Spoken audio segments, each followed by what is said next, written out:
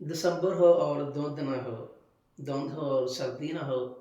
आज ऐसे हम इंग्लिश के सेंटेंसेस सीखेंगे जिसमें हम बार बार धुंध का जिक्र करते हैं। आज बहुत ज़्यादा धुंध पड़ी हुई है। It is very foggy today. Fog, FOG, fog, fog man meaning धुंध। It is very foggy today, आज बहुत ज़्यादा धुंध। आज तो धुंध में कुछ नजर ही नहीं आ रहा। Nothing is visible in the fog today.